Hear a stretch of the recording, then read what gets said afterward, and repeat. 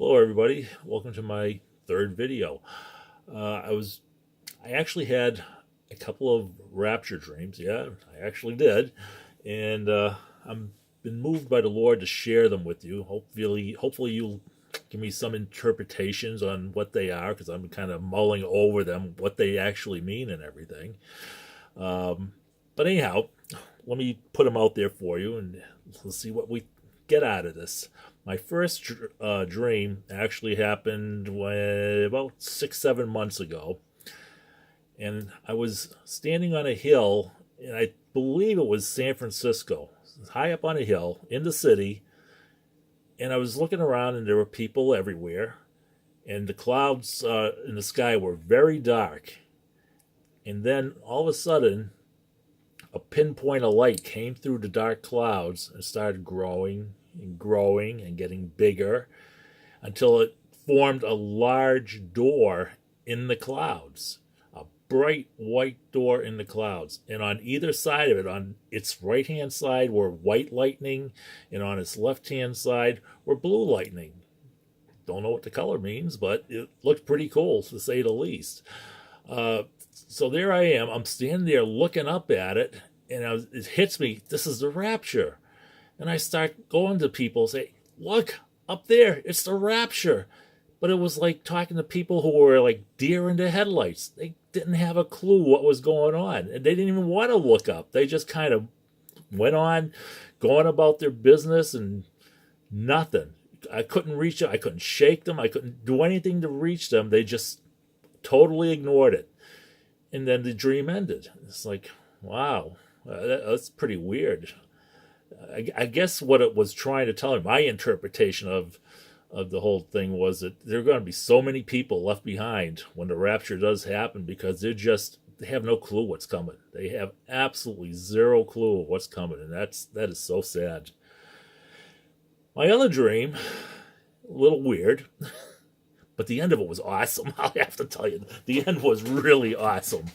It started out with, I was in bed with my wife, and all of a sudden we were in like this tube, or I want to say like a tornado. The clouds going all around us. Nothing like the Wizard of Oz or anything like that. It was just, very dark clouds, very dark, and way, way at the top was just a little pinpoint of light. And the next thing I know, the bed started moving up, and we started going through this tunnel. No noise, no nothing, no wind even. But it just looked like a tornado from the inside. So anyhow, we go up, and it takes a while, but finally that light gets brighter, brighter, brighter. Then bang, there we are. We're in the middle of this city, I guess you want to say, like Boston Commons or something like that, except it's surrounded by all these Roman style looking buildings, with the big columns and all this other stuff, and there's people everywhere, everywhere. And I said, wow, this is cool. They're all dressed in white, and everybody looks happy. It's like, wow, this is awesome. So I reached behind, or to my side, I should say, to grab my wife, and I felt her hand. She was there, and I never looked over to see her, though. And that's kind of got me wondering, what did that mean? I never looked back to see her, but I knew she was there. So I get out of the bed, which kind of had me a little curious too. I said, why would we bring a bed up to heaven if the Lord's preparing a place for us? Kind of weird. But that's how my mind thinks, sorry. Anyhow, I got out of bed, and the people, I went around to the people, I'm looking, and I started calling out my kids' names, seeing if they made it with us. And didn't hear anything from them. And then all of a sudden I hear this voice in the back of my head that said, they'll be following. They'll be following.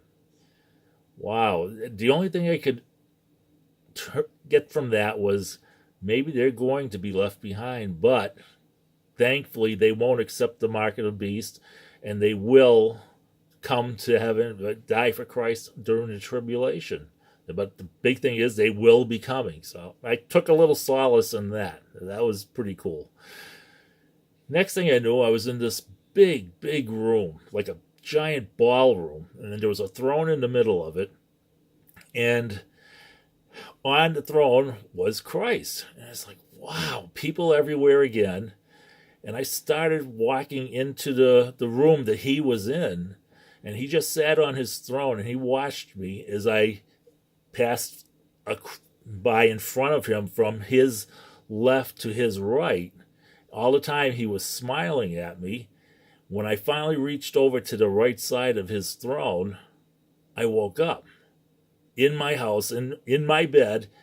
But the feeling I had was like, it's hard to explain. It was the most peaceful, joyous feeling I've ever had in my life. I mean, literally ever had in my life.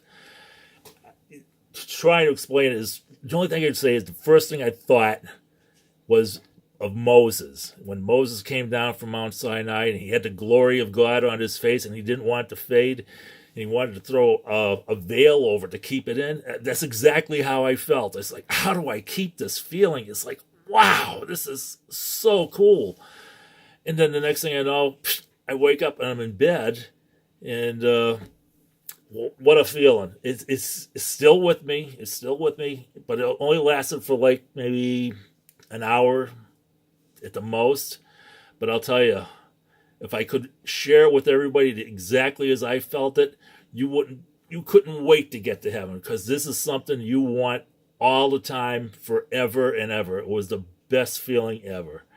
So anyhow, I'm going to leave it off at that. Let you extrapolate what you want from these dreams.